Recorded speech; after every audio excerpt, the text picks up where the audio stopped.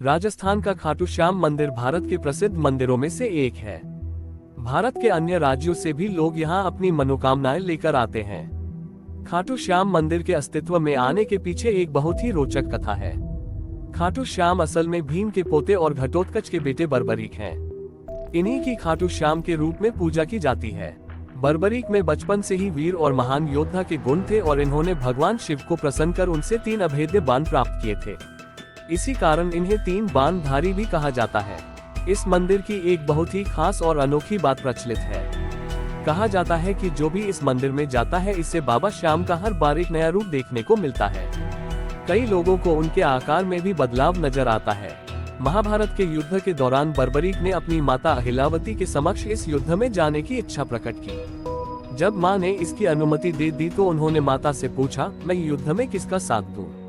इस प्रश्न पर माता ने विचार किया कि कौरवों के साथ तो विशाल सेना, स्वयं भीष्म पितामह, गुरु द्रोण, कृपाचार्य, अंगराज कर्ण जैसे महारथी हैं, इनके सामने पांडव अवश्य ही हार जाएंगे।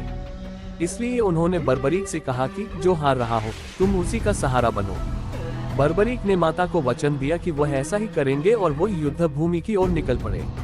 भगवान श्री कृष्ण युद्ध का अंत जानते थे, इसलिए उन्होंने सोचा कि अगर कौरवों को हारता देखकर बर्बरीक कौरवों का साथ देने लगा तो पांडवों का हारना निश्चित है।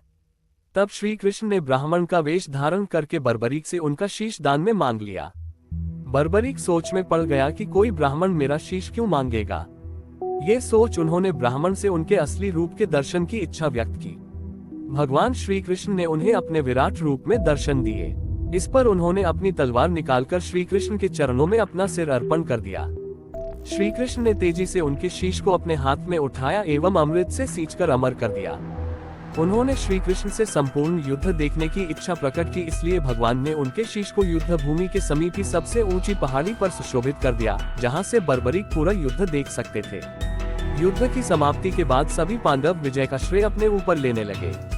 आखिरकार निर्णय के लिए सभी श्री कृष्ण के पास गए तो वह बोले, मैं तो स्वयं व्यस्त था इसलिए मैं किसी का पराक्रम नहीं देख सका।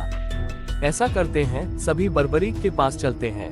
वहां पहुंचकर भगवान श्री कृष्ण ने उनसे पांडवों के पराक्रम के बारे में पूछा तो बर्बरीक के शीश ने उत्तर दिया, भगवान युद्ध में आपका सुदर्शन चक्र नाच रहा था और जगदम्बा लहू का पान कर रही थी, मुझे तो ये लोग कहीं भी नजर नहीं आए। बर्बरीक का उत्तर सुन सभी की नजरें नीचे झुक गयी। तब श्री कृष्ण ने उनसे प्रसन्न होकर इनका नाम श्याम रख दिया। अपनी कलाएं एवं अपनी शक्तियां प्रदान करते हुए भगवान श्री कृष्ण ने कहा कि बर्बरीक धरती पर तुमसे बड़ा दानी न तो कोई हुआ है और न ही होगा। माँ को दिए वचन के अनुसार तुम हारने वाले का सहारा बनोगे। लोग तुम्हारे दरबार में आकर जो भी मांगे उन्हें मिलेगा। इस तरह से खाटू श्याम मंदिर अस्तित्व में आया।